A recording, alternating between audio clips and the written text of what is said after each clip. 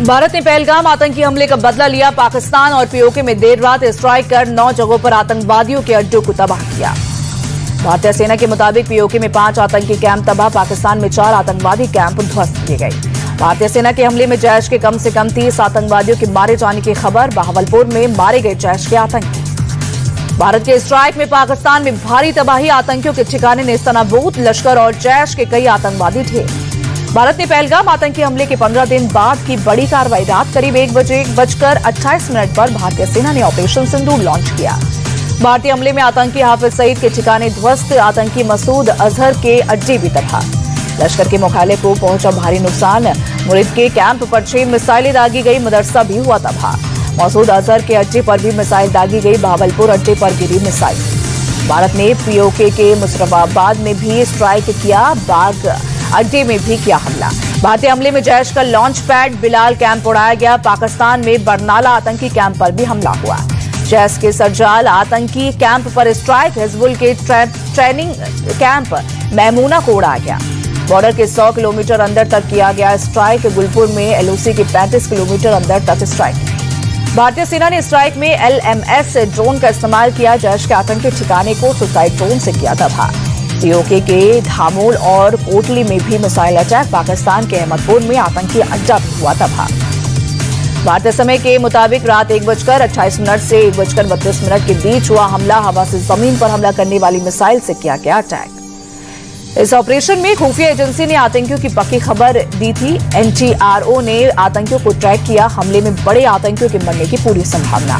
PoK के लोगों के मुताबिक रात में तेज धमाके की आवाज सुनाई दी, इमारतों में आग धधकती थी। भारतीय सेना ने ऑपरेशन सिंदूर को बताया सफल, कहा न्याय हुआ, जय हिंद। भारतीय सेना का बयान, सिर्फ आतंकी ठिकानों को निशाना बनाया गया, पाकिस्तानी सेना के ठिकानों को नहीं बनाया गया निशाना। भारतीय सेना के मुताबिक भारत में सारे हमले अपने एयर स्पेस से किए गए। पाकिस्तान ने माना भारत के स्ट्राइक की। भारतीय सेना ने ऑपरेशन सिंदूर को सफल बताया, कहा सभी 9 ठिकानों पर सटीक निशाना लगाया गया। अटैक में नेवी ने ड्रोन का भी इस्तेमाल किया। भारतीय सेना ने दी जानकारी। राफेल ने हैमर मिसाइल से अटैक किया। हाफिज के अड्डे पर स्कैट मिसाइल से हमला किया। पाकिस्तान और पीओके में हुए स्ट्राइक में नेवी ने भी लिया हिस्सा। तीनों सेना का था ज्वाइंट ऑपरेशन। हमले के वक्त पीएम मोदी ने अपने आवास में ऑपरेशन को मॉनिटर किया। NSA अजीत डोवाल लगातार दे रहे थे जानकारी। पाकिस्तान के पीएम शहबाज शरीफ ने माना कि भारतीय फौज ने कम से कम 5 लोकेशंस को टारगेट किया। साथ ही कहा कि पाकिस्तान भारत के स्ट्राइक का जवाब देगा। पाकिस्तान ने हमले में 30 आतंकियों के मरने की बात मानी। पाकिस्तान ने डिटेल जारी किया। पाकिस्तान ने 24 स्ट्राइक की बात मानी। मुशर्रफाबाद में 7 हमले और सियालकोट में 2 हमले हुए, जबकि मुरदके में 4 हमले हुए। पाकिस्तान के मुताबिक कोटली में 5 स्ट्राइक, सकरगढ़ में 2 स्ट्राइक हुई, वहीं अहमदपुर में 4 स्ट्राइक हुई। भारत के स्ट्राइक के बाद इस्लामाबाद में मची भयानक भगदड़, बजने लगा सायरन, लोग इधर उधर भागने लगे। पाकिस्तान के पंजाब में इमरजेंसी का ऐलान, लाहौर और सियालकोट एयरपोर्ट बंद। भारत के स्ट्राइक के बाद आर्मी, एयरफोर्स और नेवी अलर्ट पर। सेना ने बॉर्डर पर एयर डिफेंस सिस्टम S-400 को भी एक्टिव कर दिया। जम्मू कश्मीर, पंजाब और राजस्थान में अलर्ट, एयरफोर्स के विमान के साथ आर्मी भी तैयार।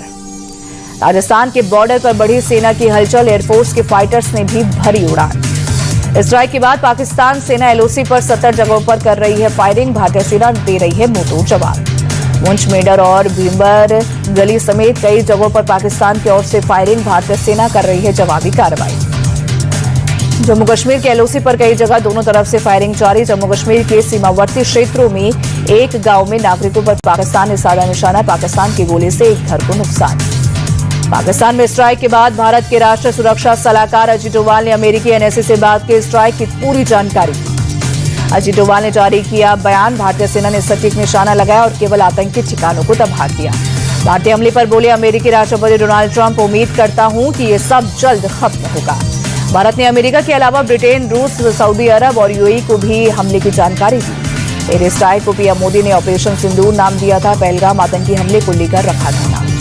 पहलगाम आतंकी हमले में मारे गए संतोष जगदाले की बेटी असावी जगदाले बोली, ऑपरेशन का नाम सुनकर मैं बहुत रोई। ये आतंकवादियों द्वारा मारे गए लोगों के लिए सच्ची श्रद्धांजलि है।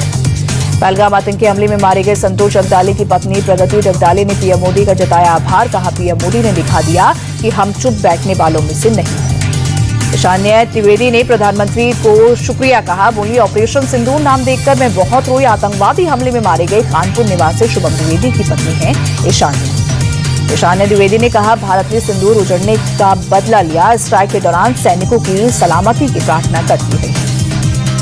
पहलगाम हमले में मारे गए शुभम द्विवेदी के पिता ने सेना को किया सलाम। हमले के लिए धन्यवाद बोला।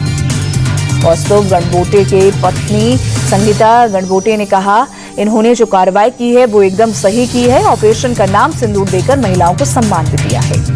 पहलगाम आतंकी हमले में मारे गए पुणे के कौस्तुभ गणबोटे के बेटे कुणाल गणबोटे का बयान। कहा, हमने जो प्रतिशोध लिया है ये एक कदम एकदम सही है। भारत सरकार ने बिल्कुल सही किया।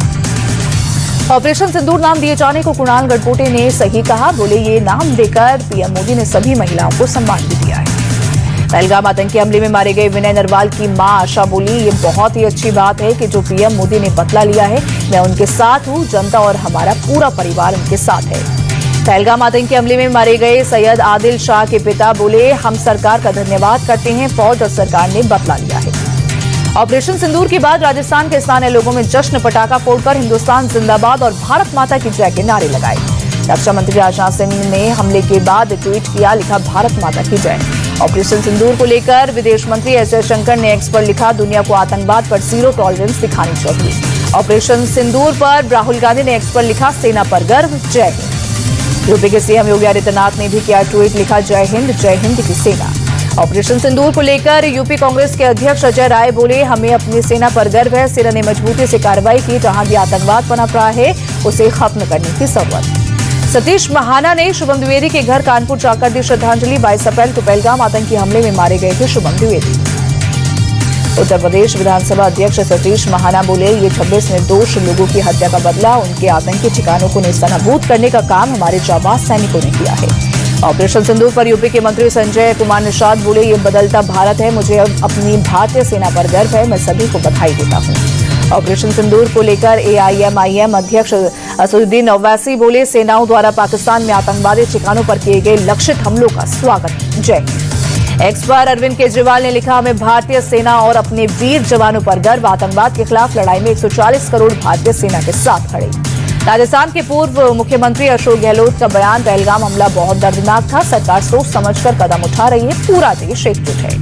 राजस्थान विधानसभा में नेता प्रतिपक्ष टीकाराम जूली का बयान, बोले, हमें हमारी सेना पर गर्व। ऑपरेशन सिंदूर पर कांग्रेस नेता संदीप दीक्षित बोले, ये बहुत ही अच्छी खबर है और मैं अपनी तीनों सेनाओं को बधाई देता हूं। आज श्रीनगर एयरपोर्ट से कोई भी सिविलियन विमान का परिचालन नहीं होगा। सुरक्षा के मद्देनजर फैसला। स्पाइसजेट ने भी जारी किया बयान, कहा, धर्मशाला, लेह, जम्मू, श्रीनगर और अमृतसर हवाई अड्डे समेत उत्तर भारत के कई एयरपोर्ट अगले आदेश तक बंद। इंडिगो एयरलाइंस का बयान, श्रीनगर, जम्मू, अमृतसर, लेह, चंडीगढ़ और धर्मशाला से आने वाले फ्लाइट्स आज प्रभावित। एयर इंडिया ने जम्मू, श्रीनगर, लेह, जोधपुर, अमृतसर, भुज, जामनगर, चंडीगढ़ और राजकोट के लिए अपनी सभी उड़ानें रद्द की। आज दोपहर 12 बजे तक रद्द। पंजाब के पठानकोट जिले के स्कूल 3 दिनों के लिए बंद। डिप्टी कमिश्नर ने जारी किया आदेश। गृह मंत्रालय के आदेश के बाद यूपी के वाराणसी में मॉक ड्रिल का आयोजन। पुलिस लाइन में मॉक ड्रिल का पूर्वाभ्यास जारी।